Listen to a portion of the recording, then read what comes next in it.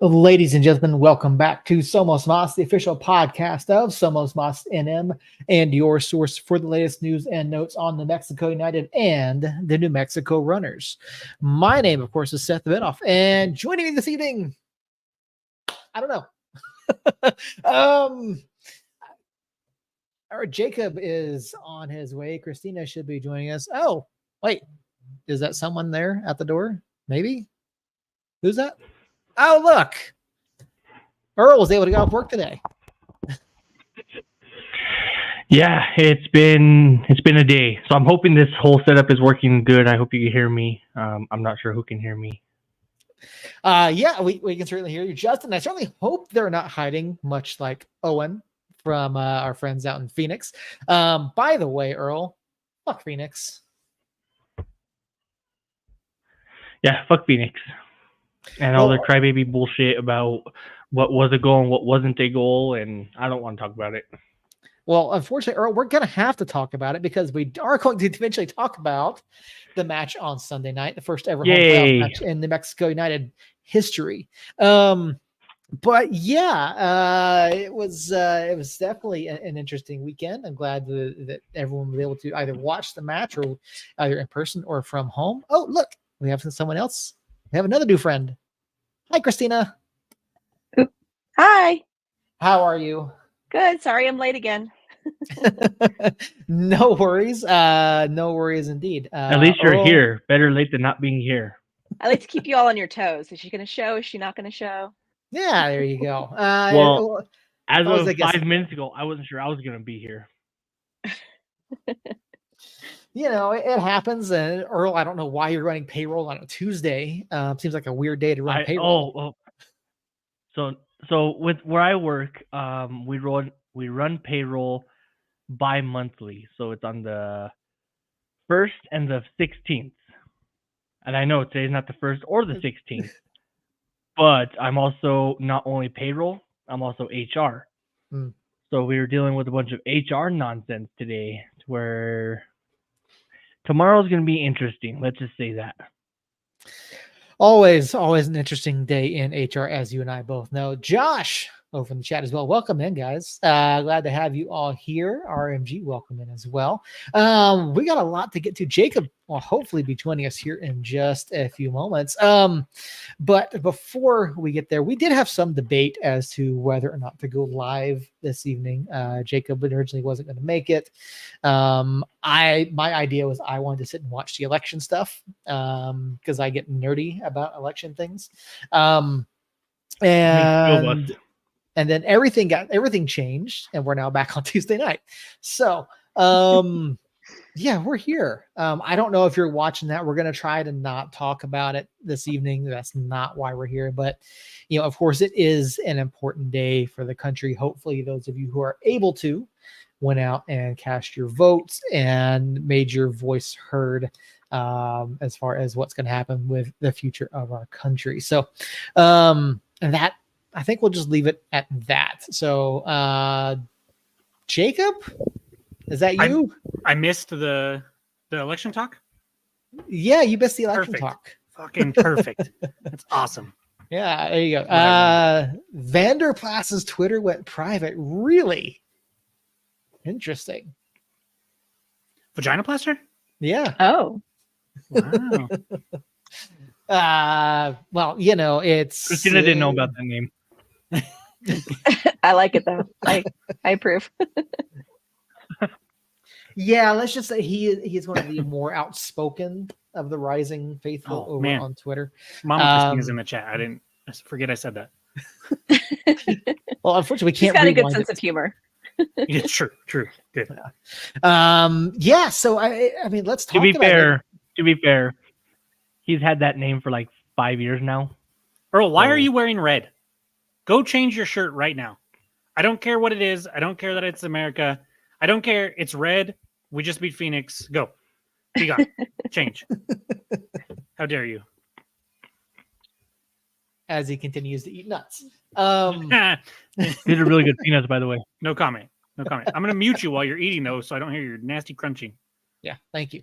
So I mean, let's just get right into it. I mean, first of all, I mean, again, first home playoff match in club history, first home playoff win in club history, and it turned into a night that hopefully you that were there will never forget. But it started out a little rough. Um, and to be honest, I mean, that first half of this match, I mean, Rising seemed to have the number. Rising seemed to have, what they needed to in order to come out. Rising had 4 shots on goal in that first half. We had 1, and we didn't get that until the 37th minute of the match, which, as we all know, is not what Coach Quill wants. That's nowhere near what we want. And I mean, Rising clearly had the better of the opportunities here. What went wrong in the first half for us? Was it nerves? Was it, mental errors? Like, what happened first in this first half? I'm going to let somebody else take this because I have a completely different opinion. Okay. I think the first half, I think maybe some nerviness. The pitch was wet too. The rain, I think just a little bit of some timidity there with how aggressive they were playing. I think also Quill had to do some tweaking. Things just weren't quite working out with I mean, I'll just say it, like Vargas. It seemed like he was a little over his head. I think it started to make a big difference when he switched him over to the other side of the field and we started really pushing down, I think, the right side. That's where we saw New Mexico start to take control of the ball a little bit more. Yeah, you mentioned that the pitch being wet. Obviously, that was something that Coach brought up at halftime too. Now, unlike our normal broadcast, CBS actually has a sideline anchor or sideline reporter who went down and talked to Coach at the end of the first half, and he brought up the pitch conditions. Talking about guys playing, maybe playing a little timid. So that was of concern. It is something you do see, whenever the fields do get wet. But I mean, Jacob, you said you had a different take on this. What do you think was different from what we saw? I thought the first half was even, and what I did see from United, I was really liking. I was liking what we were doing in possession. It wasn't quite leading to goals, but so when we're attacking to that north end, I'm typically behind the goal on the east side, and I'm as close to the net as I can get without getting yelled at. And Phoenix was having to run side to side over and over and over again, which I think is part of our game plan when we're at home, is to possess the ball, make the defense work, drink altitude, use the altitude to wear them out, and then attack in the second half. And I feel like that was exactly what happened. And so they technically had more shots on goal. They probably had a higher XG because of that. But yeah, wow, that was hilarious that I said that. And Great David timing, put that in the David. chat. That was fantastic. It's like David's in my head. They probably had the higher XG, but it's still not crazy high for them either. The chances that they had the one that Tambakis had to parry away that was from like 20 yards out. They had the weak header. And so nothing really scared me as far as like, oh, they probably should have scored there. It was more like, oh yeah, it was a half chance at best. And so I got done. I went upstairs. There's a buddy of mine that has season tickets right there where we come up the third base line or up the third base stairs and come out. His name is Jeff Jankowski. You probably seen him on Facebook. I chatted with him. Me and him both agreed like that was a fantastic first half for us as far as what we like to see. Obviously, we didn't score. We didn't create a lot of chances, but everything else I thought went to our favor. They ran their ass off. Their back line was. I mean, look at that. Look at as soon as we score there, their hands are on their knees, and it was like that in the first half. Any chance there was a break, even towards the end of the first half, they were already tired, and so I was perfectly happy with the first half, and I was surprised when I got on Facebook and when I heard from other people that they were a little disappointed in the second or in the first half, because I thought it was fine. I thought 0-0 at halftime suits us really, really good. Thank you, David. Thank yeah. you. So yes, we did absorb the pressure well. Now we did give up more opportunities. Like, I felt like we were just lacking in the final third.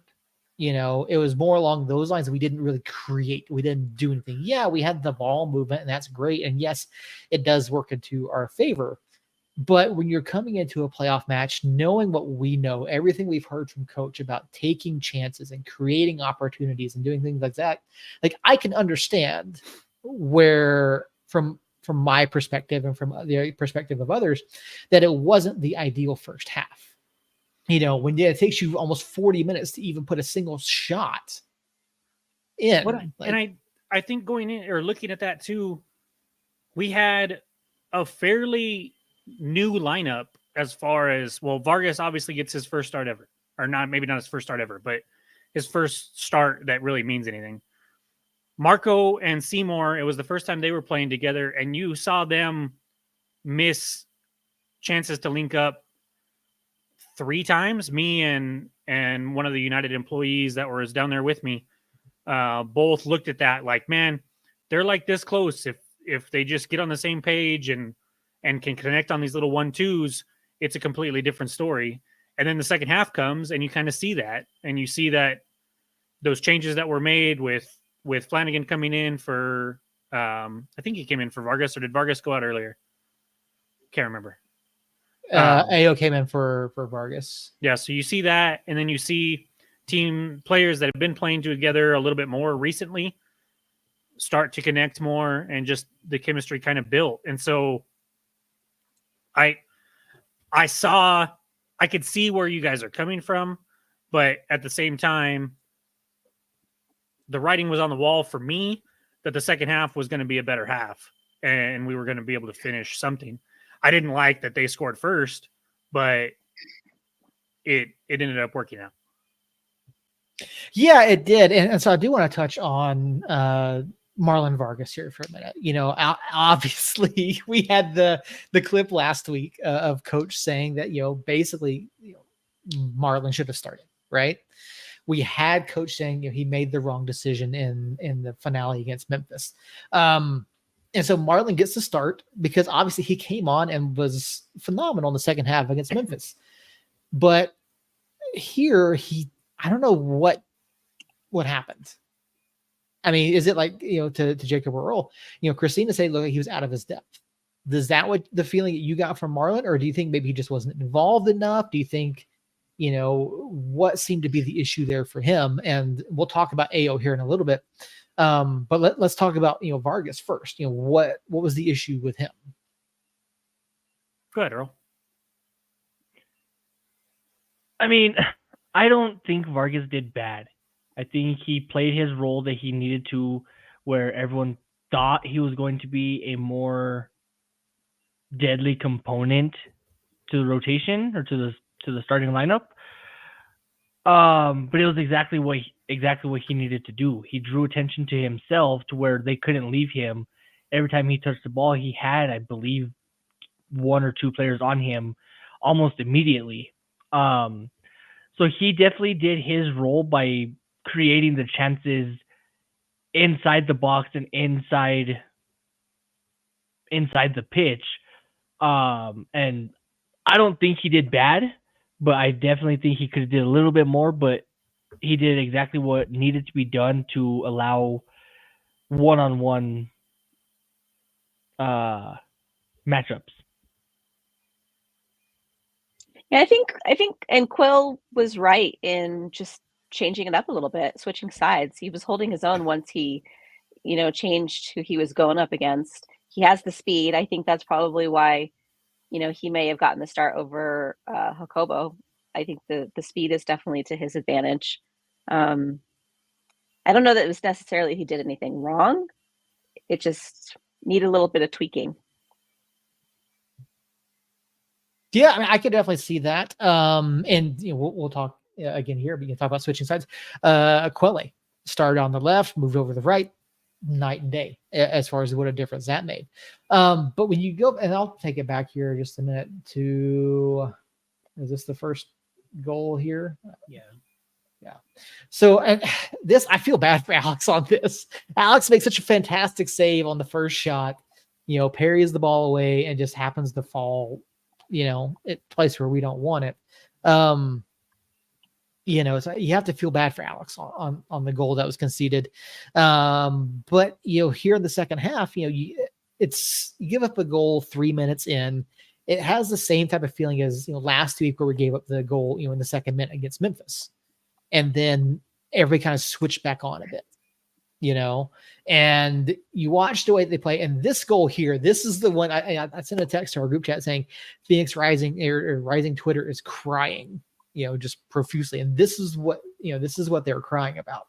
And Christina, you found a fantastic shot of this over on the club's Instagram. So I was super sleuthing. Yes, and I've seen it. It's now been shared multiple places, and even to this day, even now, people are still saying, not a goal, and everyone over the line. It clearly goes over the line. Now, it was definitely one of the weirdest goals I've ever seen, either watching professional soccer, reffing, anything, because, and we'll take this back, and I want to see if we can slow this down here. Playback speed, we'll run at half speed. So if you watch this, off the crossbar, then off the foot, off the leg of that goal, and then the rotation on the ball to curve it back out and hit the right upright. I've never seen that. And Seymour put some good English on that ball, that's for sure. He did, and you can see the Rising defenders. You can see, so like the center back over here, I think it's 27. You can see him just stop. Or no, maybe it's 30. Sorry. So after that shot goes off, 30 just stops. You see, he knows it's in. No, maybe it was 27. Yeah. So they know it's in, and the amount of salt and tears from Rising Twitter and Reddit, and it was really quite fun to see. Well, what a roller coaster of emotions in like a split second. Like, oh darn, oh wait, yay, oh wait, what's going on? And it took so long to restart too, with the players crying to the AR. Yeah, and even for that, you can see it go off that bottom leg. And I have to say, all credit to the AR on this. Mm-hmm. Like the perception, the attention you have to pay for the AR to spot that from that line, from where he's at, and then to have the confidence to tell the center, hey, no, that's a goal. The ball was over the line. Mm-hmm. Like, and yes, obviously, people crying about VAR, goal line tech, all that kind of stuff. But I saw someone say, well, why are you even playing with that style of a net or that style of a goal? Well, what else are you gonna do?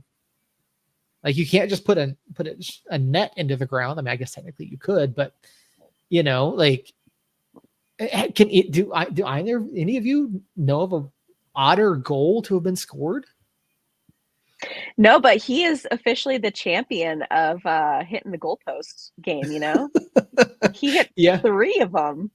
Yeah, maybe, he got maybe 4? If that's not goal of the week, I don't know what is. I don't know. I don't know if I saw a controversial take. I don't know if I saw a goal of the week post. I could have missed it, but that's the most talked about goal all freaking week. That has to be goal of the week, unanimous vote. There's no way it's going to be goal of the week because half the people don't think it was a goal. Yeah. Yeah. Well, That's the only people who don't think is Phoenix. I did rewatch it, and Devin Kerr was adamant throughout the entire rest of the match that it was not a goal. So that didn't help us either. Was he really? Because I didn't rewatch it yet, but I saw him clearly say, I don't see anywhere where that crossed. And then they showed a different angle, and he was like, oh, okay. And then kind of left it at that. But I didn't see the rest of the match. So it came up every so often for the rest of the match. Yeah, even then, the other commentator was like, oh, you and I disagreed on the goal. but we agree on whatever Yeah. call it was. So, But even the other commentator, I don't even know who it was. He developed his own stills photo of it where he showed the blur and said that this is how he justifies it. It made total sense to me, as if I was complaining about it. yeah. Yeah, absolutely. Hey, David, if you're still in the chat, was that broadcast team, were they on site or were they in Orlando? Oh, they Because were 100% in Orlando. I'm fairly certain they were. Because there's no way that I really don't think they were on site. But yeah, Devin being adamant about that goal was really funny. And then yeah, just to see the way rising supporters stuff reacted to that goal and after the match and everything, like it was just. So I will say that I have seen way more rising supporters than I thought admit that it was a goal. Okay. Yeah. On YouTube specifically, there's several of them that were like, no, it was a goal. And then there's like two that are like freaking losing their mind that it wasn't a goal. And there's even rising fans going, no, man, like it crossed. I'm sorry. Yeah. And so now I am, like you said, though, credit to that AR, because that is a crazy call that happened so damn fast. Yeah. And it'd be really easy to see where the ball ends up bouncing off the other cross or off the upper upright and out. It would be super easy to second guess yourself, even if you thought it went in. Yeah.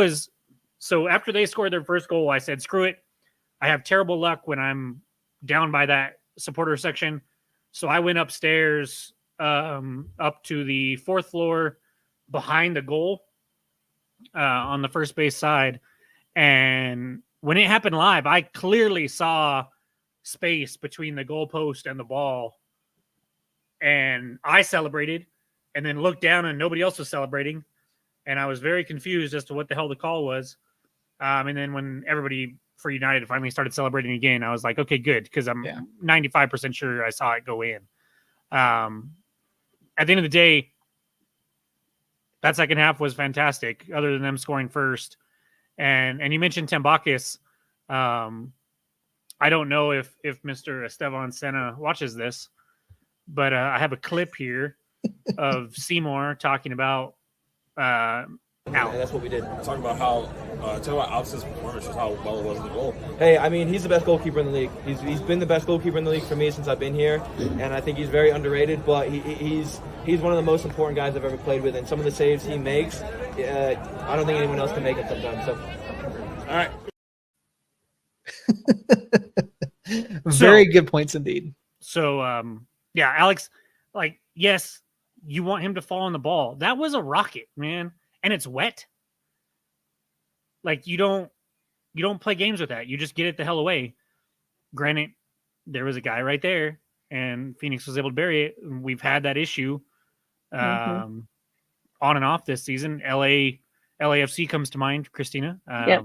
And before that, because I remember thinking, don't do that. And then they did that, or he did that with LAFC.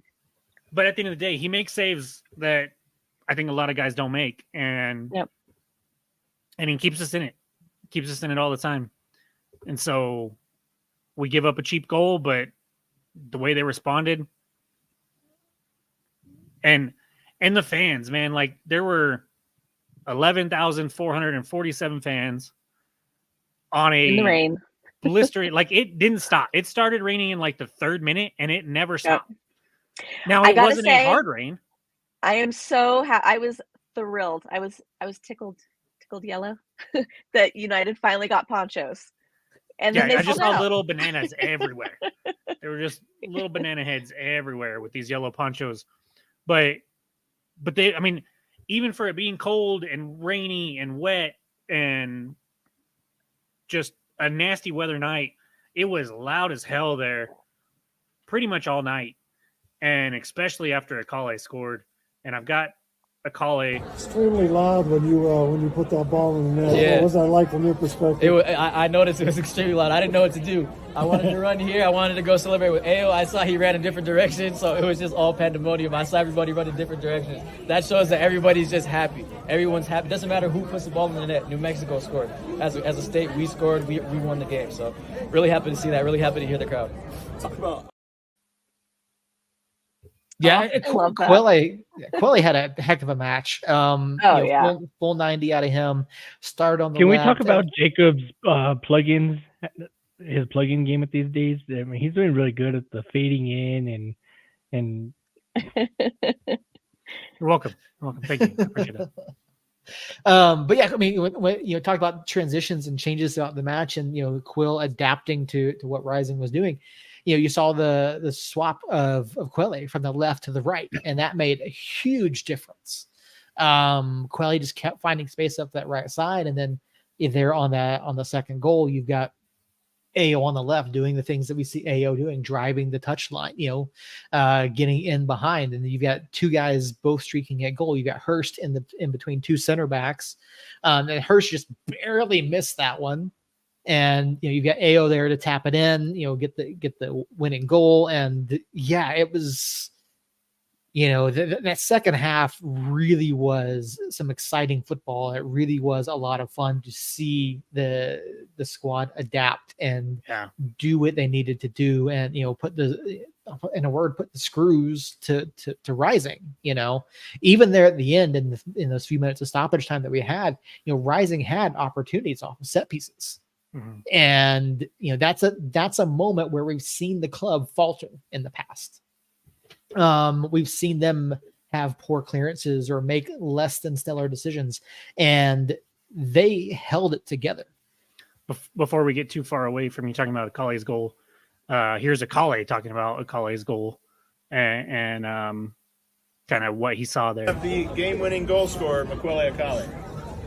Can you just first describe the goal, the lead up to it, your reaction after? Yeah, so I see Ao gets the ball on the wing, and I know he's going to beat his guy, and I know exactly where he's going to put the ball. So I just ran to the spot, and guess what? It came right to there, and I mean, it was just a tapping, but Ao created the goal.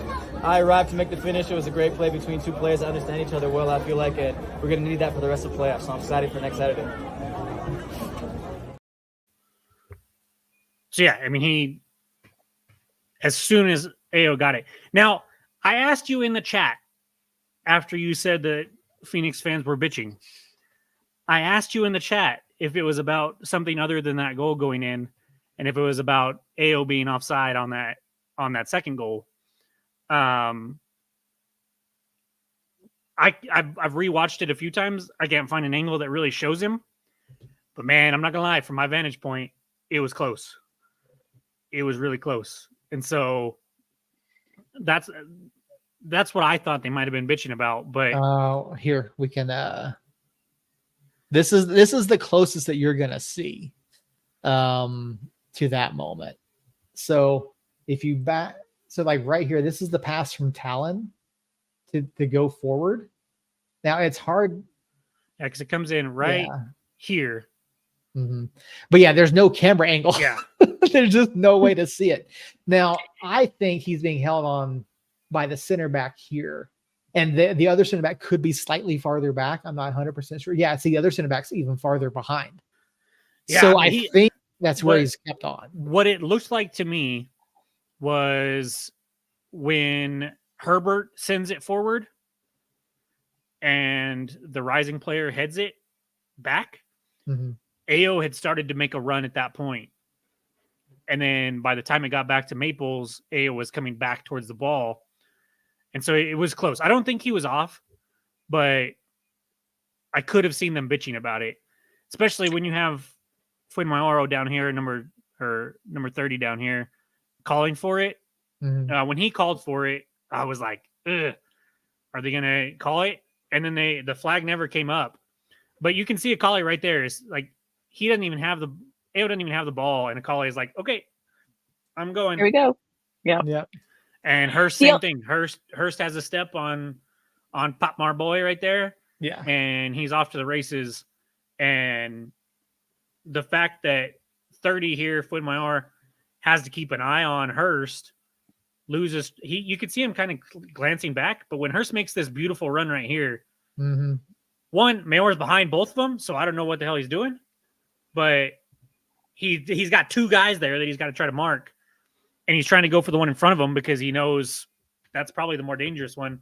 Leaves the collie wide open. Beautiful tap in. Fans go crazy. New Mexico goes crazy. Just a beautiful freaking moment. Yeah. It's up there with the freighter. Yeah. And that's what I should have done. I should have clipped the Kale. But no, that before the Seymour goal too, there's like a crazy stretch there where Marco gets a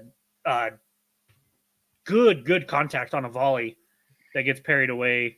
And then it ping pongs around. I mean, that second half after they scored, we really turned it on and used that, I think, the weather and the elevation to our advantage, because Phoenix was dead by the end of that. Like, Flynn Mayor has steps on both Hurst and Akale before that cross comes in and gets beat by both of them to that back post. And so they were exhausted. And honestly, like, obviously they want it, but I think if you really like gave them some truth serum and pulled them aside and say, hey, like, are you guys happy the season's over now? I bet you the majority of that team's like, fuck yeah, the season sucks. Well, the fans are certainly calling for the heads of the owners. They have been for a while, to be fair. Yeah. No, I mean, yeah, they have. On the only thing I saw online, honestly, was shockingly Phoenix fans acknowledging what a nice goal that was. I didn't see anybody talk about a possible offside. It was pretty much like, yeah, that was a pretty sweet goal. Yeah, it was. And yeah, it's a really great performance by the guys. Come from behind win, something that we have not done well at this year. First win at home since September. So, really great performance. Glad to see them come out and get that win there. And we move forward to next weekend where we have Las Vegas Lights. Before we hop into that match, though, Jacob, do you have any stats for us on our picks from the bracket challenge from the first round? No, I don't actually. Other than Christina is doing really well. I can pull it up real quick though, because I still have it written down. I just didn't get a chance to compile it all. I've got it written down right here, and by my math, I got every pick right in the first round. So USL show, eat it. Your math would be correct. Yeah, I goofed on Detroit. I thought Detroit was going to do it. Same. I can understand that. It's just Tampa Bay playoff soccer. So, Well, so my argument there was Tampa hadn't been playing well. They had been forced out of their home stadium. Now, granted, this was on the road anyways, but they had a lot of shit going on back home with hurricanes and stuff recently. And it just didn't seem like it was their year. But, and to be fair, I don't know if you watched that Detroit game, but like Detroit had chances that they could have freaking finished. Yeah. And they just didn't. And then the penalty kick shootouts, the rest of this, like all three of the ones that I watched were just absolute garbage. They were. I mean, great goalkeeping by some of them, but especially the one where Jordan Farr just stands there in the middle, like just cold. Yeah.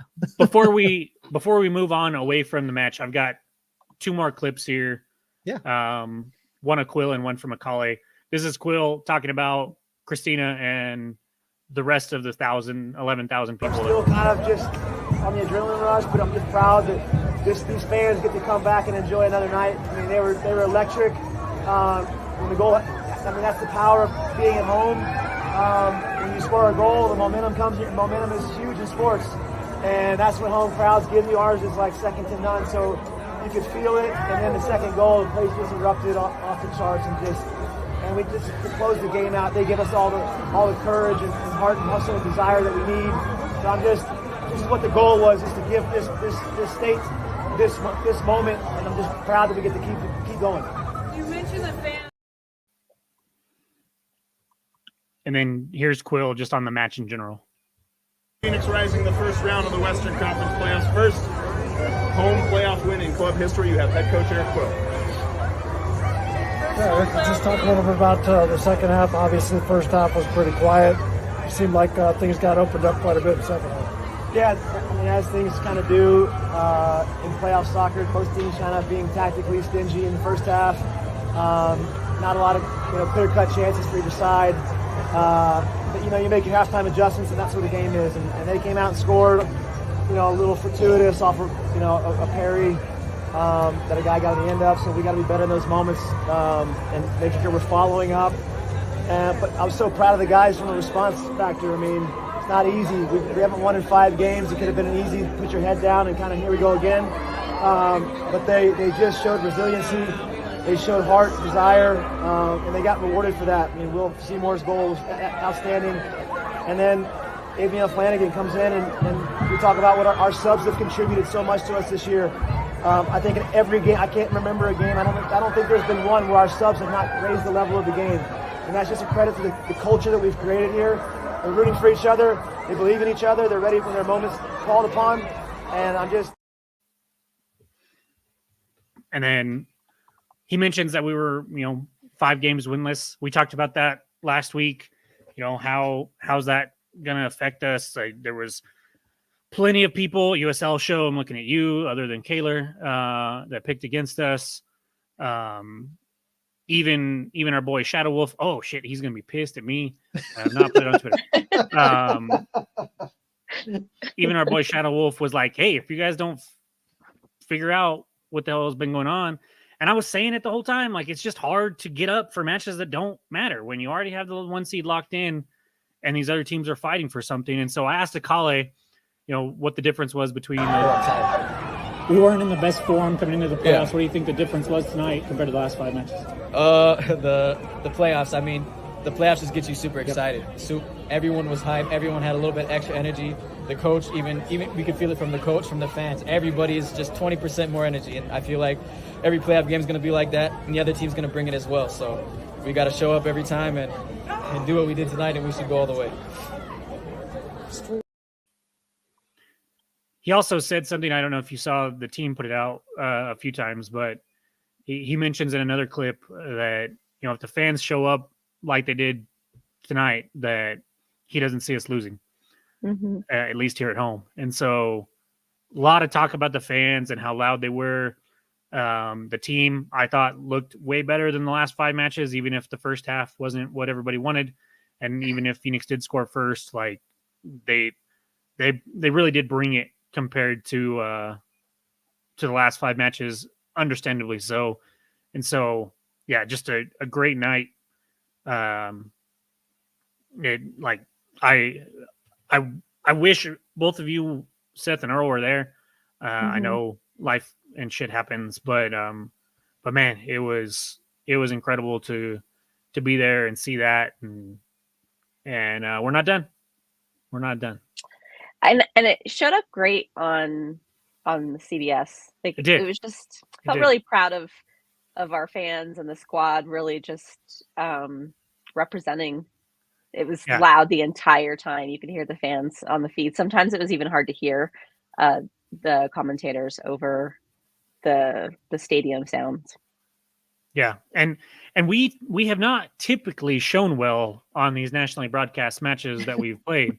Now, granted, I could be wrong, but I do believe this is the first home nationally televised game that we've had, because typically the regular season ones are on the road, and so it was really nice to see the stadium, the fans, and the team all. Even the pitch. Yeah, the pitch looked great. It looked great. Yeah. It looked fantastic. That was the first thing that I said when I walked down there. I was like, "Oh shit, you can't even see where the sod lines are." Like, it's amazing what happens when you can leave the sod down. Yeah, for sure. Yeah. And so just shout out Justin. I saw Justin there.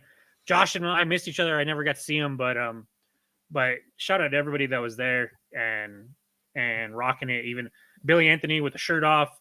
Justin was in a cutoff the whole night. Like the difference between like Christina, who had like 17 layers on, and then like Billy Anthony, who was in shorts and no shirt, down in the supporter section was pretty funny. Yeah. I mean, we get really into it up in club level, but not to the extent of supporters group. There's probably a lot of body heat, and I do want to say also though, I think whenever we have clapper nights, it rains. I think I don't know for sure, but I think that could have been strategically planned because of the weather. Because when you're bundled up and you have gloves on and your hands are cold, this doesn't quite translate. So I think they were like, hey, it's going to be cold as shit. People aren't going to clap. We need them to make noise. Let's use these clappers again. And maybe I'm wrong, but that was my first thought was well played, United. Well played, because they definitely made a difference. Yeah, it's a fantastic night. Unfortunately, I my goal was to be there. Unfortunately, my sitter fell through, so I couldn't make it. But I will be there Saturday night for the next one. So quickly, as we go around the rest of the playoff bracket, Las Vegas Lights obviously advanced past Sacramento Republic on pens 3-2. Memphis 901 fell to Orange County SC 1-0. Charleston Battery won over Pittsburgh Riverhounds 1-0. Detroit City FC lost to Tampa Bay Rowdies on pens 1-3. Lou City squeaked out a win over North Carolina FC 3-2. Colorado Switchbacks 2-0 over Oakland Roots. Indy 11 lost to Rhode Island FC. So raising anchor. Congrats, guys. Glad to see that happening over there. And now then, they need to do it again so we can host the championship. That they do. So looking ahead to this coming weekend, we will talk about ours here shortly. Colorado Springs Switchbacks taking on Orange County SC at Widener Field. That is Saturday, November 9th at 6:30 p.m. Eastern Time. Lou City hosting Rhode Island, 7:30 p.m. Eastern Time on Saturday, November 9th. And then closing out the weekend, Charleston Battery on Sunday hosting Tampa Bay Rowdies, 3 p.m. Eastern at Patriots Point. So quickly, we will go through and make our semifinal picks. Jacob, you gonna keep track this time around? Yep. All right. So we'll save ours for last so that we can do our preview of us in Vegas there to close out the show. Let's start with the East again. Lou City and Rhode Island. What are we thinking? Does Rhode Island have the ability to pull off the upset here, or is this just simply Lou City doing Lou City things?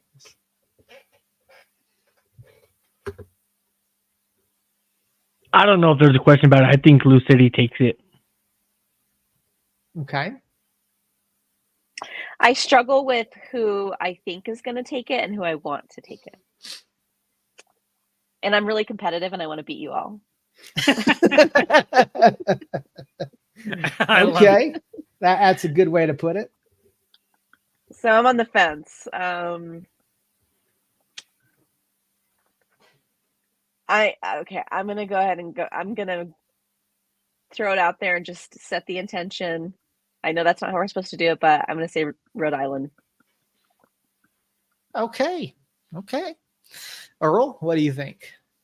I think Earl just sent us a picture. I already said it. Yeah, so I sent you my entire bracket. Yeah, we got it. I didn't get any first round picks from you though, so yeah. Yeah, I know. I totally spaced to send you guys that, so I kind of went with what was there. If it means anything, I did have Sacramento beating Vegas. Okay. As did I. All right, Seth, what do you think? Oh, see, the thing is about this one, and Rhode Island has come together as the season's gone along. Fun fact, they have not lost to Lou City this year. No, they have not. They had a 0-0 draw and a 5-2 win. Oh, man. In Louisville. In Louisville, yes. The only absolutely. team to beat Louisville in Louisville this year. So that's where I'm stuck. I mean, obviously, Lou City is clearly the best team in the East on pretty much any given Saturday. However, they're playing Rhode Island. I'm going Lou City. You have to just to try to maintain your lead in the points. I'm glad you did that because I'm going Rhode Island, and I did not want Earl to be the only one on Lou City. That would have been bad mumbo jumbo for me. Now, Rhode Island they have 11 goals in their last 2 matches. Granted, one was against Miami, barely counts. Mm-hmm. They put up 5 against Lou City in Lou City last time around. That was a while back, I know. But Kenwell Smith has this team playing freaking fantastic. They've got a ton of talent, especially up top. I mean, JJ Williams, 2 hat tricks in a row. Yes, 2 hat tricks in a row. And the Golden Boot winner from last year, Albert Dequa, is not even starting up there with him. Mm-hmm. And so, like, they just have a shit ton of attacking talent. They're playing fantastic. They're playing with confidence. They're going into Lou City knowing that they can win there, but also knowing that nobody's going to be picking them because it's freaking Lou City. And so, I mean, 2 of the 4 of us just picked them, but they know that they're the underdog, and they've got nothing to lose. It's their first season. It's already been a successful season. They got nothing to lose. They're going to be playing with no fear, and they've got the talent to take advantage of that playing style. And I think, I'm not going to say it's easy, but it's easy for me to pick them. I just think they're playing fantastic, and nothing against Lou City. I think Lou City's, I mean, they've been the best team in the league. Not only this year, but they've probably been the best team in the league for 7-8 years now, on average. And so I feel like it's one high price squad versus another high price squad. For sure. Big price tags for both those squads. 100%. I would have loved to have seen this in the final of the Eastern Conference, because I think it's the 2 best teams right now. I know Charleston technically finished second, and Indy and Detroit City both finished above Rhode Island, but Rhode Island is playing the best soccer right now, other than Lou City. And so I think it's going to be a fantastic. I'm a little sad that it's going to be going on like right before our match, because once I get to the stadium, I won't be able to watch it because everybody knows, stadium service sucks as far as phone service. So, but yeah, Rhode Island for sure. Justin, we all would. We would all love to see salaries. Unfortunately, the league does not have that level of transparency. All right, so that's Lou City at Rhode Island. Let's keep it on the East Coast. Tampa Bay, Charleston. I'm going black and yellow. Okay. I think they'll do it. I have a question. So if Lou City is out, but Charleston is in, would we potentially play there? No, since we they were would host. second overall.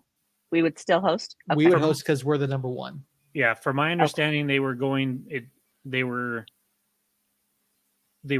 by seeding over record. Other than like if the 2 seeds met up, they would go by who had the best record. If the 2 1 seeds like us and Louisville match up, then Louisville hosts. But if it's a 1 versus anybody else, then we would host. Is what I understand. I could be wrong, but that's what I have heard. And I think Devin and them talked about that themselves on one of the broadcasts that I was watching. And so I kind of, like, as much as we shit on Devin Kerr for being a Phoenix fan, he is pretty plugged in. And so I would think he was right. Yeah, okay, per the then I standings page, want black and yellow. Per the standings page, in all following rounds of bracket will be played straight through with no reseeding. Higher seed in the matchups will be the host. All right. Yeah. So if Lou City loses at any point and we continue to win, we would host the final. So, yeah. So Christina, we got yours going with Charleston Battery. Jacob, Tampa Bay or Charleston?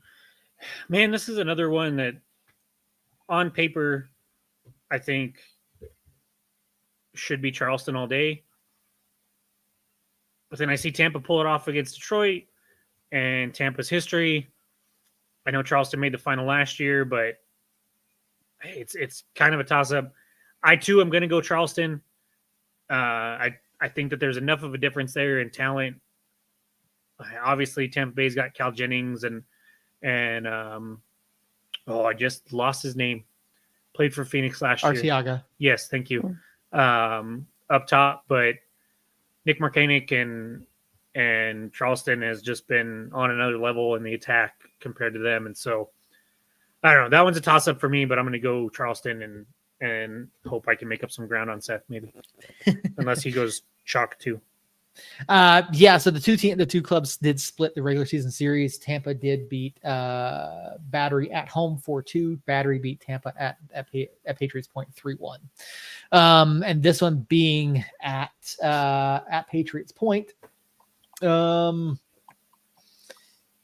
I'm going Battery. I feel like even with you mentioned the strikers, Tampa Bay, they've got some really good attacking options. I just think Battery is the better option here. I think they've got the better club. I think top to bottom, no matter where you look at that roster, I think they're the better side. Earl, we know who you picked, but let the people know who you picked, buddy. So this one was hard for me because Tampa Bay in the playoffs is Tampa Bay in the playoffs. They're really good. But I think with Tampa Bay having to flee Florida and twice, I believe it is, because of hurricanes and everything else going on, I think it's too much for them. And every time Christina drinks, I hear her gulp, and it's just it's interesting for sure. Anyways, the fuck was I saying? Charleston. You're picking Charleston. Yeah, fuck it, Charleston. I don't know what I was trying to say. I got distracted, which is very easy for me.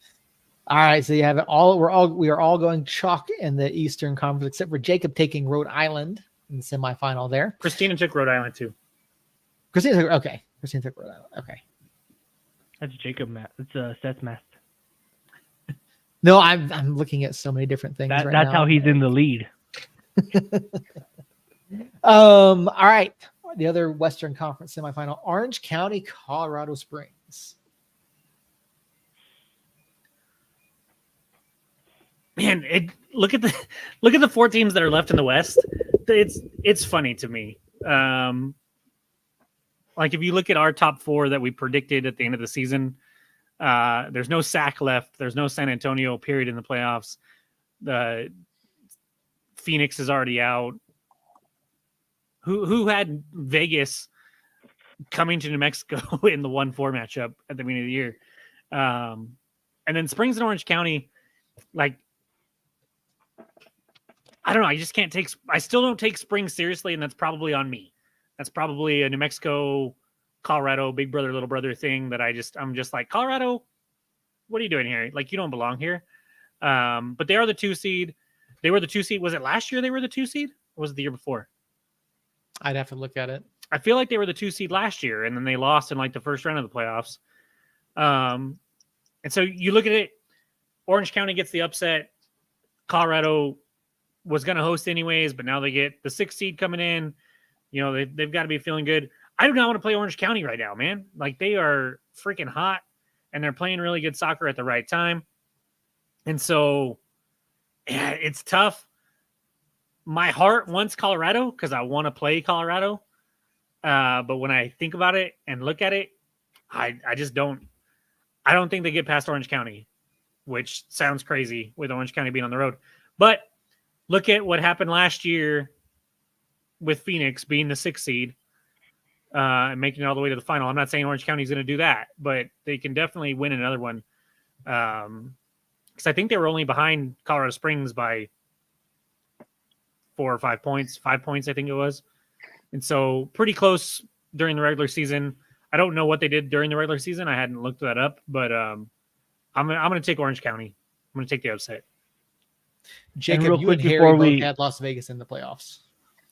I remember having him in the playoffs. I just didn't have him hosting a playoff game. Sorry, Earl, go ahead. Real quick before we continue with our picks, it is time for a commercial break, and this commercial is sponsored by IBC Cream Soda. Not officially sponsored by IBC Cream Soda. It is delicious, though. I'll give it that. All right, Christina, Orange Counties and Switchbacks. Oh boy.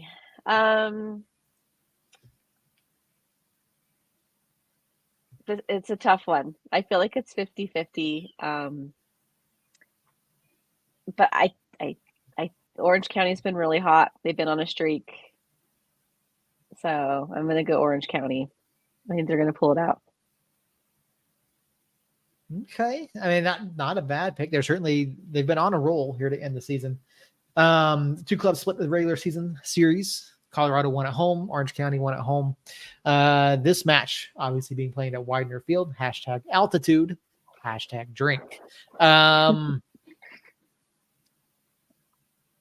Again, this one's hard. I feel like despite Orange County ending the season as hot as they have been, I think Colorado is the better team this year. I really do. And I think Switchbacks at home, they're a tough team to beat at home. I think they outlast them. It might go to extra time, but I do think Colorado picks up the win here.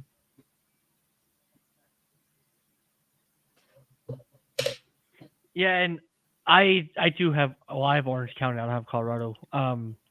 But the reasoning behind my madness is Colorado doesn't really have a whole lot of brand name people other than Ronaldo Dames. I can't think of anyone else. Just off the pop quiz off the top of my head, if you say name another player from Colorado, not named Ronaldo Dames, count me out, because that's essentially all who they have. So that's why I have Orange County. Real quick. He said Damas, and then he also was talking about cream soda. Earl probably doesn't remember this. Christina and Seth, though.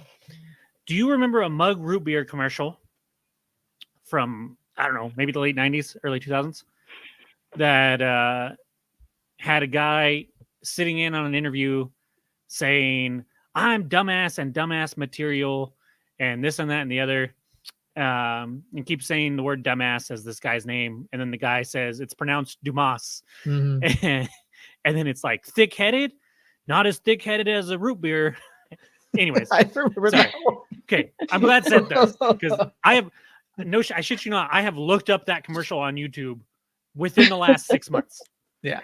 And then Earl says Dumas or Damas, and it reminded me of Dumas, which reminded me of dumbass, which reminded me of root beer, and now I want a root beer. Thanks, Earl. Well, maybe one of you should write to IBC to see if they'll sponsor us. Oh, was it A&W? It was A&W. My bad. It might have been. Yeah. Yeah. Yeah. That I sounds was thinking right. about it last morning. I love it. I love it. All right, one final match of the weekend. New Mexico United hosting Las Vegas Lights in the Western Conference semifinals. Second ever home playoff match. Both clubs coming off of wins in the quarterfinals. When we I got you. Dumbass and dumbass. I'm a go-getter. No, play it. Rewind it, Earl. Dumbass material. Mr. Dumbass, I can bring a lot to dumbass and dumbass. I'm a go-getter. Dumbass material all the way. So, am I your man, Mr. Dumbass? The name is Dumas. That's pretty thick-headed, but nothing compared to the rich, thick, frosty mug taste of an... Thank you, Earl. I just made my night. Oh yeah, man, I definitely remember that. Christina obviously does not. I don't. I have seen First time zero I've ever seen it. recognition on her face for that whole thing. So I had to stop it where I did because A&W is a competitor to our current sponsors. Oh no, they're not a sponsor. Not actually sponsored by IBC. Oh shit. All right, New Mexico United, Las Vegas Lights. What happens? Do we carry the momentum? How many fans are in the stands on Saturday night? I mean, there's a lot to look at. Yes. Okay, sorry. Focus. It's a quick turnaround, but I mean, I saw that people were already buying their tickets like that night or asking, where do I find tickets? So I spoke to somebody an hour after the match that works for United. I'm not going to say his name. And he said we had sold 1,500 tickets since the match ended.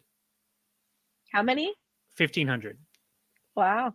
All right. From the time the match ended to the time I talked to him, which was probably about 45 minutes to an hour after the match. And so, yeah, I think there's going to be a lot of there. It's not supposed to be rainy, but it is going to be chilly. But at this point, I don't think that's going to matter. I think we finally break 12. I think we broke 12 once this year, if I'm not mistaken, but I think we do finally break 12 again, if we haven't already. Pulling up Seat Geek to see how many seats are left. How many green There's dots quite are a there? few seats left. Yeah, There's quite yeah, a few green dots still. quite a few seats left. Not too many over in the supporter section, but there are still a handful of seats there as well. So yeah, get out, buy your tickets if you have not already. Obviously the couple who's making some major pushes this week. I'm gonna be pushing Joe. For whatever reason, he's not giving me tickets to the last 2 home matches. I don't know why. Which is really, really weird. So I'll be pushing Joe to try to get some to give away. But that being said, I mean, obviously, Lights, they've been a tough out this year. Tough team to play against. They've surprised everybody. We've talked about them multiple times. We did beat them up at Cashman. They beat us here at home. 2-1 scoreline both ways. I mean, what happens? What happens on Saturday? What's the key for United? Who do we need to shut down? Who do we need to get going?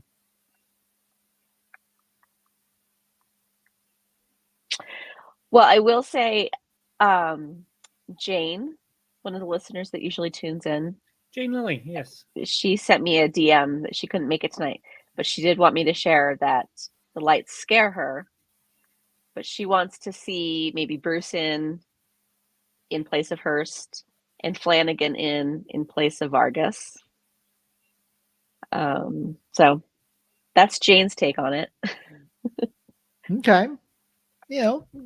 Not a bad take. I mean, obviously, coach is going to put in whoever he feels is the best bet. And, what he did on this past weekend obviously worked. I will say I was a bit surprised that we didn't see Daniel Bruce on Sunday, but maybe that was because, if there was a need to go to extra time or, potentially keep him fresh for this coming weekend. But I think it was 100% extra time. Yeah. And that was my thought that whole time was, man, if it goes to extra time and we replace Hurst with Brucey, fuck, that back line's going to be toast, man. Yeah. And so that was exactly what I was thinking. And then when we scored, 5 minutes late or 5 minutes left in regulation and had to go defensive, then of course Brucey's not going to come on there. Mm-hmm. And so that's what I took it as. So I think I wouldn't be surprised if that's the same thought process Saturday against the Lights. I don't think we're going to see Bruce as a starter. And I'd be surprised if we see Ao as a starter.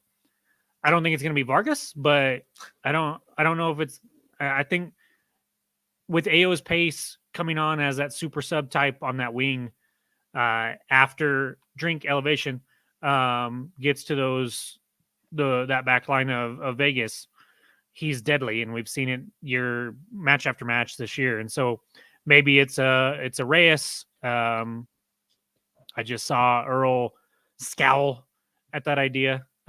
But maybe it's Reyes or no. Like I wasn't scowling. I'm still eating my nuts. My Yeah, I know. Yeah. Yeah. And Gotcha. I had a piece of nut stuck in my mouth, so I was trying to do some work over here. This is a family show, Earl. Please stop. Anyway, so one thing that kind of gets lost, or that I had kind of forgot. So I'm standing up at the top, right? The match is almost over.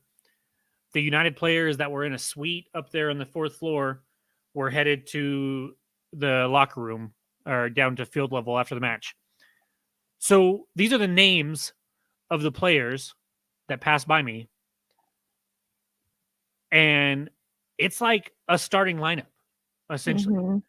So Astorga, Abdi, Harris, Nava, Damati, who, if you asked me at the beginning of the year, I would have said he was competing with Hurst to be a starter and was probably going to beat him out, or at least had a good chance to beat him out. So at the beginning of the year, he was up there. And so And I Swartz? feel like Did you say Swartz? yes, Harry. Yes, and Harry. Yep. So I see those 6 players, 5 of which have been starters for us on and off throughout the season, all down and out with injury and not even in the 18. And we still have Ao and Bruce to come off the bench to be difference makers in that playoff match. I am just blown away by the job that Itamar and Quill have done putting this team together. And if we make a run and win a title, and that's what our injury report looks like during this whole playoff run, crazy, just crazy. Mm-hmm. I will also add that I talked to Itamar after the match and was joking with him on like, hey, just bring back like this whole squad, for next year. I'd be happy. And he obviously listens because he flat out was like, I think there'd be some names that you wouldn't be happy about. And I was like, well, no, like Abdi didn't really get a fair shake. And he was like, no, I'm talking about who I think is one of the most important players on the team, and that's Chris Gloucester. Because I know you have not liked him. And I was like, oh shit, you pay attention. Damn. And I was like, to be fair, he has grown on me throughout the season. It was just the beginning of the season that he didn't. And he also did not look great with the ball at his feet in the first half on Sunday. But yeah, it was. And then Josh over in the chat, he brought up something I wanted to ask you guys about too. Seth, did they show no, they did not. Nope. So you do not know who was there, or have you heard since?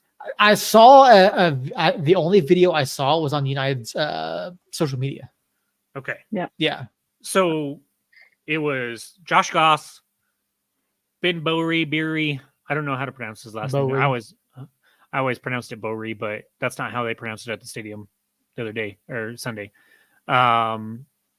Suggs,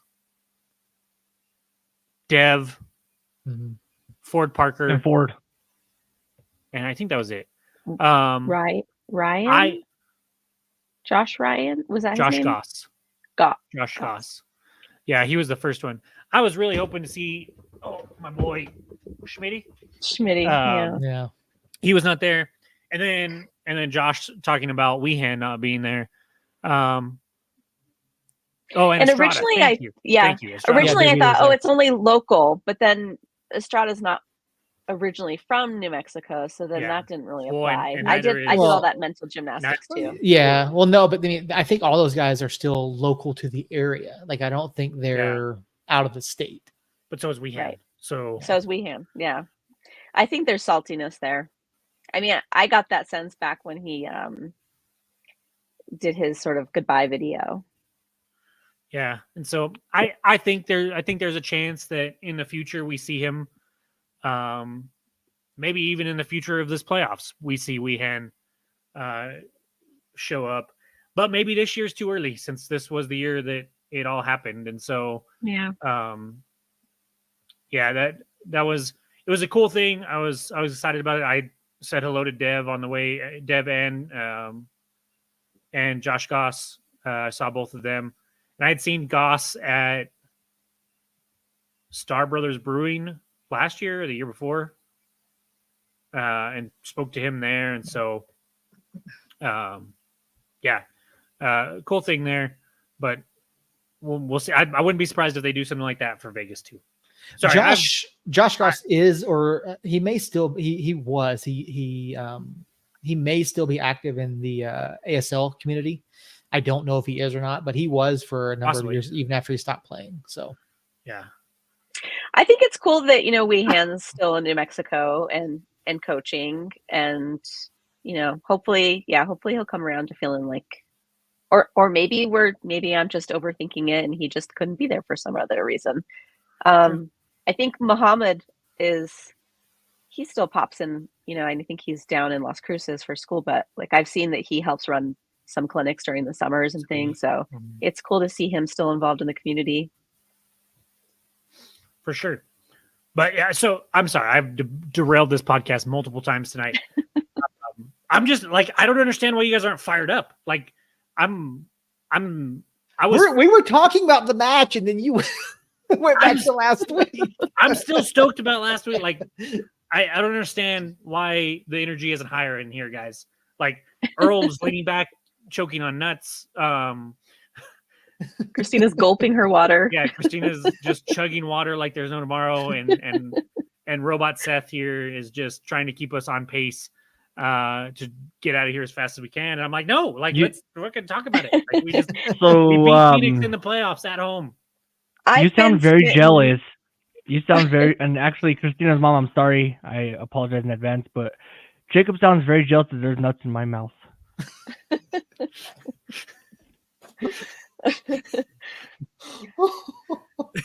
Christina, please. I've been on cloud nine. Sunday night was so fun. It was like reminiscent of 2019. So cool to see the veteran players come back. Loved knowing that they were there, supporting and just seeing this year's squad. And I've felt all along that they're true New Mexicans, our squad. They're underdogs that are going to fight. And somebody, I think Jacob, you had commented on Twitter about like, yeah, we're taking the underdog, because claim because people don't believe in us. Fucking Phil over there says retweets the "Don't count us out" tweet that United had and says you guys were the number 1 seed, like basically claiming or like telling us to relax, and that we can't be playing this underdog shit when everybody picked against, like the USL show as a whole except for Kaylor picked against us. Mm-hmm. I know for a fact that Morrissey's numbers have hated us all year because we've seen his numbers all year. Fuck, he had Sacramento beating us when we were up by 10 points with like 6 matches to go. Mm-hmm. And so, yeah, fuck y'all. It's ridiculous. Yep. We can play the underdog card because nobody believes in us still. I mean, I've had problems with Morrissey's numbers like for half the season. Yeah. Like once he started putting them out, I have major problems with Morrissey's numbers. And yeah, and we talked about it ad nauseum. Like the USL show does not watch the Western Conference. It's very, very clear. So I have a question real quick. If it's about whose nuts, numbers did you hate? What? No. Whose numbers did you hate worse, Morrissey's or Earl Mass? Oh fuck, that's tough. That's tough. Yeah, I got to go Morrissey's. I'll give you a break, Earl. Yeah, Morrissey's numbers just didn't make sense. Like ultimately, like, they all fell in line to where kind of where his predictions were. But you know what? You know who predicted United finishing approximately 57 points before he did? I did. I did.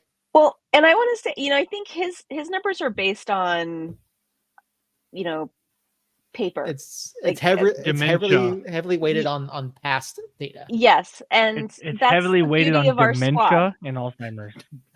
That's the beauty of our squad, that these are guys that are scrappy as hell. Like, I don't want to say no name, but like they're not these big name, big price tag, these are guys that are just playing with heart. And so John's numbers are never going to be in our favor.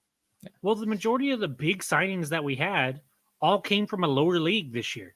Mm-hmm. Marco, Akale, Flanagan, they all came from League One or MLS Next Pro.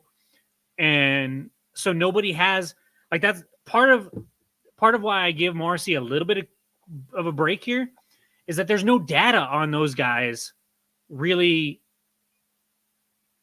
that translates to playing in the USL Championship, because these leagues are just smaller leagues.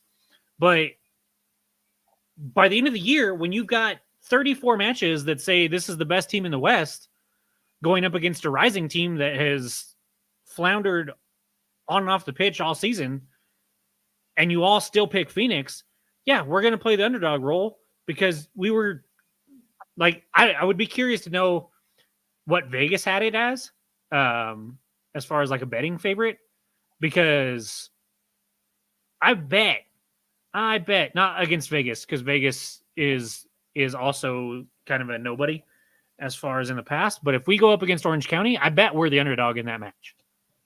The betting underdog. Mainly that they have to do that because nobody knows who we are, and people have at least heard of Orange County. Shit, I bet on Orange County and won $300 when they played Tampa Bay in the championship in 2021. So, yeah, it annoys the shit out of me. And I had forgot about that, Christina. Thank you for firing me up and getting me completely off topic yet again. But I'm going to bring us back because you mentioned 2019. Oh, damn it. I'll Seth, say you're quickly. ruin my segue. I'm curious. Wait. We've got multiple people in chat now saying that USL show was riding the nuts of Rising in Sacramento tonight. I didn't watch USL show. I don't watch the USL show because I cannot, because their East Coast bias, their lack of respect for the Western Conference is sad. And even when you have guys like Phil Bakke who disappear for months on end and refuse to acknowledge what New Mexico does because he's a El Paso homer, what were they saying tonight? I'm very, very curious. Let me correct you real quick. Real quick. I just need to correct you. They're not East Coast heavy. They're Indy 11 heavy. No, they're not. Not anymore. The one show that I watched or I listened to was nothing but Indy 11, Indy 11 this, Indy 11 that, Indy 11 shoe size. Well, I even watched the USL All Access last week, and with Mike Watts and Devin Kerr, and they both acknowledged that they're East Coast biased. That's just the nature of the coverage for the most part. What's weird is Phil is a West Coast team follower. Alan Underwood is a West Coast team follower. And Morrissey worked for both Tampa Bay and Sacramento in the past. So he's got to at least have some tangential knowledge of the Western Conference working for Sacramento. And yet they're still completely over there. I will give Kaler a ton of credit because not only, obviously he picked United and stuff like that. But when I listen to that show, he really, really tries. He still is East Coast biased, but he does try at least to understand what's going on over here. And so, yeah, just should be better. But seriously, Morrissey came on, and that's after he put out his post-match thread talking about his post-match thread was kind of on Rising's nuts too, though. Yeah. He gave us credit, but if you read between the lines, it was definitely this was a fluke. Rising should have won almost. Yeah. For Zach, they were saying how good the team was and how surprised they were to fire Briggs, given how great the squad is and the culture he built. Whatever. Yeah, I will never at this point. I will never watch or listen to the USL show again until they get some legitimate West Coast media people. I listened to it. I fast forward to the United parts of it, and then I laugh, and then I move on. Yeah, I can't. I won't I won't listen to them. If Kaler or John or someone wants to reach out and be like, hey, do you guys want to come on the show? Do you guys want to come on? Do you want to be a regular thing talking about the West? Sure, fine, whatever. But until you have someone that legitimately understands the West and legitimately watches the West and can talk about it from a knowledgeable point of view, I won't give USL show any time. A knowledgeable and unbiased point of view. Yeah. Phil. Well, Kaler did say he really wants to make it out to the lab. So yeah, Kaler's been trying to get out here for a while. Yeah. He's been trying to get out here for a while, just hasn't made it work. And so now when he gets out here, I will welcome him with open arms. Yeah. But if Phil ever makes it out here, I will not slash his tires. I will deflate his tires by pushing in a little stem. But yeah, I just put a rock in there. It's a slow leak. Are you in a coffin right now? What'd you say? No, I said put a rock in there. Yeah, it's a slower leak. What I'm saying. That way, when he gets home, you have no idea it was you. All right, so Jacob, we got part of your take on this weekend's match. Earl, what do you think about? Wait. 2019. I'm still gonna do this fucking segue, even though you ruined it. Christina, you just mentioned 2019 about 20 minutes ago, and the feeling at the lab there. The best night in 2019 was the last night of the regular season when we played Las Vegas Lights and beat them 2-0. I'm expecting another magical night similar to that one this time when we play the Lights on Saturday. Earl, go.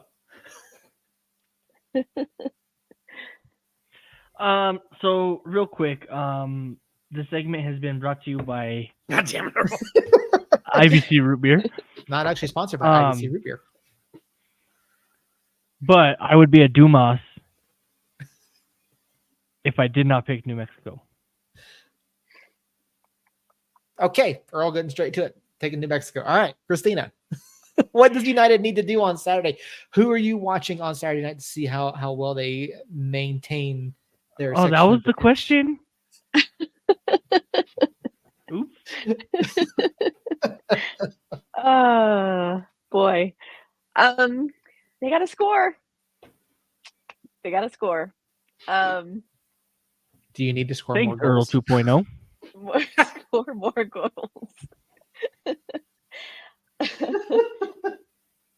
I'm gonna be this total homer and just like I believe in our guys. I think I agree with what we said earlier. I mean, Vegas is scary, but they're coming into the lab. Take a drink, don't gulp, take it quietly. Altitude is going to be a factor again. I liked what I think was it. Josh? I think we need another commercial break. No, don't. No.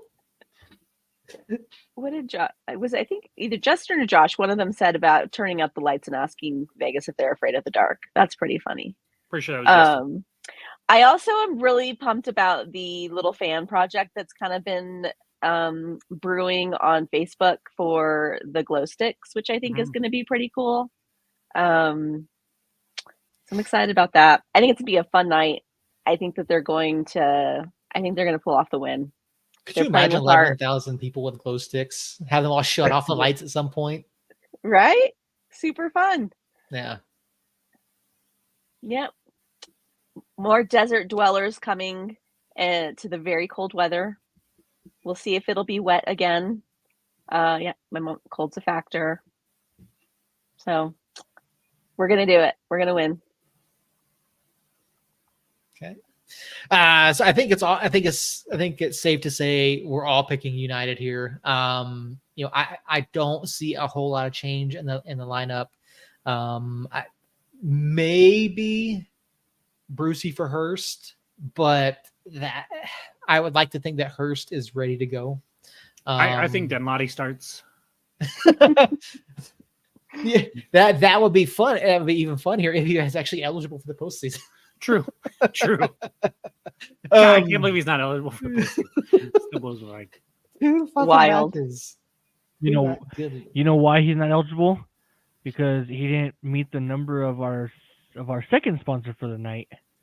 5. Perfect. I don't know where I found this, to be honest. I had some too. So yeah, United over the lights on Saturday. I think we're all going the way. I don't think any one of us is picking against them. But yeah, you want to see them. You'd be a Dumas if you did. With the level of energy that they did against Rising on Sunday night.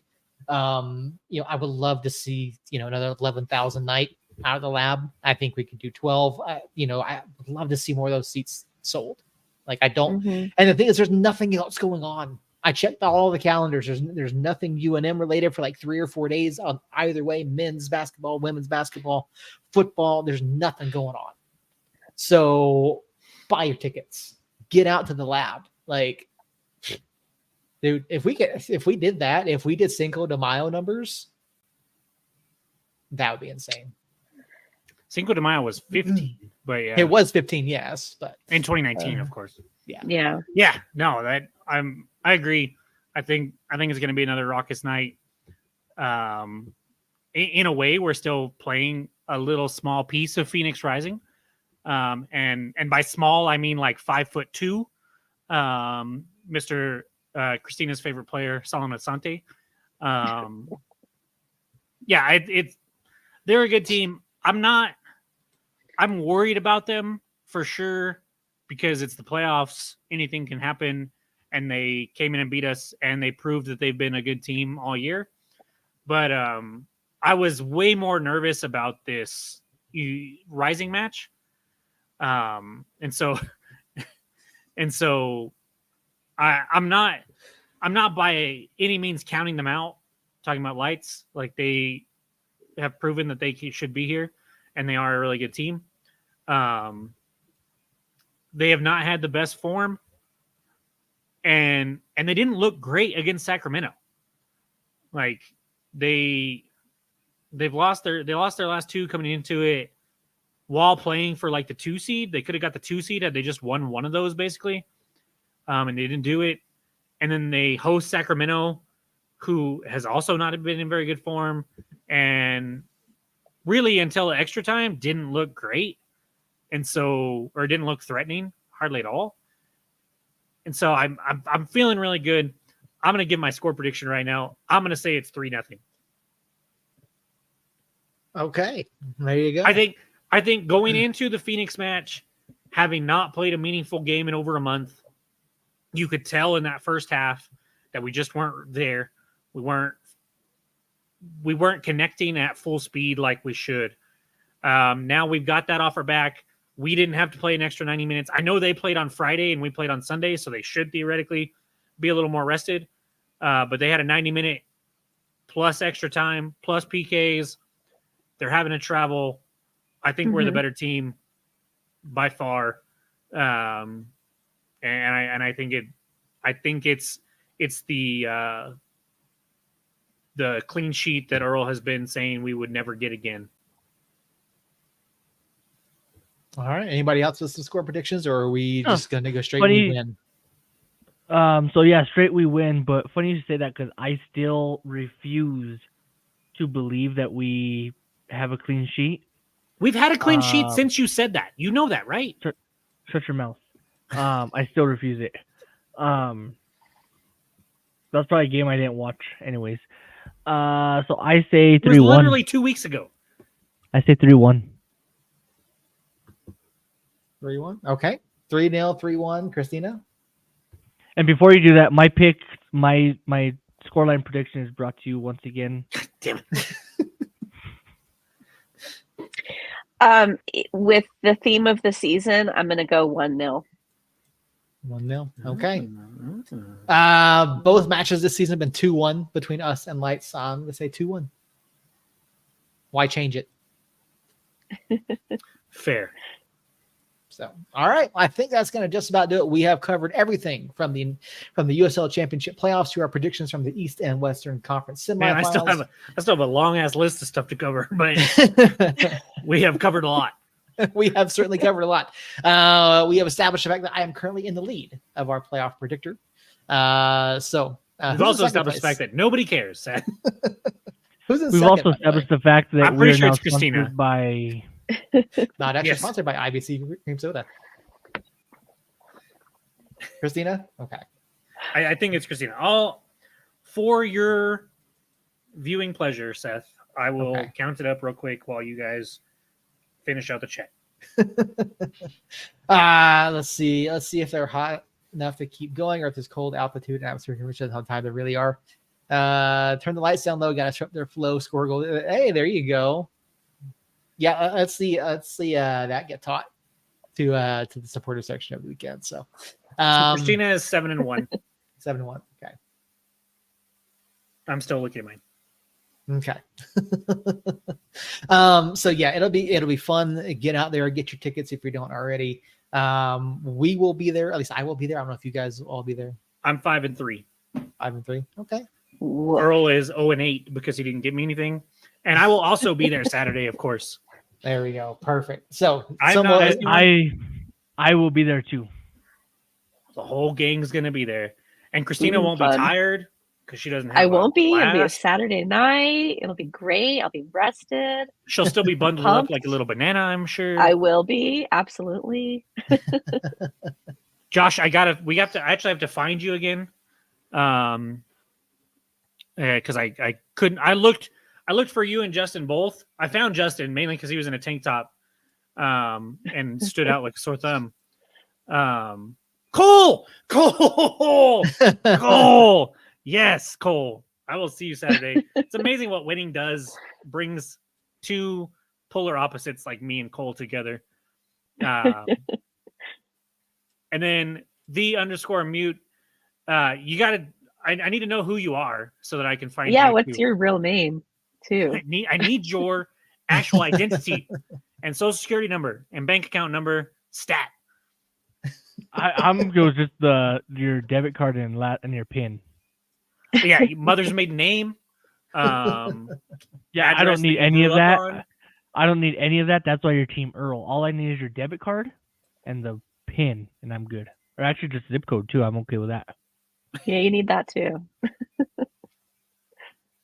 Yeah. All right, I think we're out of topics. Nah, we're not, man. We're not. Are we out of tangents? I don't know. Sorry. I will shut up. I don't think we're out of topics, but I think we're out of time. That might be the case. Earl is an old man and does need to go to bed. So, Jacob, get us out of here. All right, strap in, fellas. IBC cream soda. Thank you.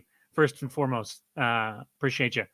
Justin, Cole, Josh, Mama Christina. Who else was over there? Jane for sending in her comments via message. Christian, of course, the _mute.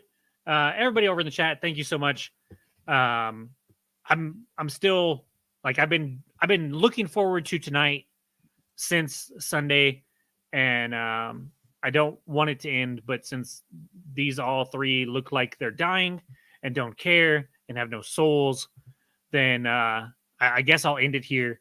But we will be back next Tuesday, 8 o'clock, talking about the Lights game, hopefully previewing Orange County or Colorado. Don't forget about our last sponsor. I'm not calling out that one. We'll also be talking about hopefully Rhode Island beating Louisville so that we know if we win that we host. Christian over in the chat, you better get your tickets to fly back from Korea for the championship. We're just going to go bloop. And then Seth, Christina, and Earl, thank you guys. Of course, thank you for dealing with my over-the-top ADHD tonight. And yeah, hopefully next week you guys can match my excitement and actually be on my level. You guys need to have like a Red Bull right before it. Seth needs to reprogram so that he cares. Take that Peruvian marching Earl powder, just needs to get the nuts fine. out of his mouth. Maybe that'll help him. No. What I'll do is I'll take Peruvian marching powder next time and I'll be fine. Okay. Now, had we met right after the game, like we had sort of thought maybe we would do, yeah, I probably would have been way more unhinged. And yeah. I looked for you like right afterwards, but the little 3 bananas were gone from the front row. Because I have a press pass for you to come to the what's the word I'm looking for? Pressers. There we go. That's the word I'm looking for. So yeah, if you want to do that after the next match, just get with me and let me know. All right. But yeah, thank you guys so much. Saturday, 7:30, kind of a weird kickoff time. 7:30. If you haven't already, go get your tickets. If you're listening on a podcast player at a later date, please rate and review, and still go get your tickets if you don't have this. Cole, we would. It's part of the plan. Since we're all going to be there, maybe we do that this time. We weren't all there, so couldn't make that happen. Justin's going to be in a tank top again, rocking those guns, even though it's going to be like 40 degrees. Yeah, hyped. Let's fucking go. My confidence going into last week was meh. I think we're winning the whole fucking thing, and so that's probably why I'm so amped up. But we'll be back next Tuesday regardless. It'll either be somber or hopefully everybody's on this high. We'll try to do something live right after the match. If not, catch us next Tuesday. We'll be here next Tuesday no matter what. 7:30 or no, sorry, kickoff at 7:30 on Saturday. We'll be here at 8 on Tuesday. And until then, love you guys and somos niños.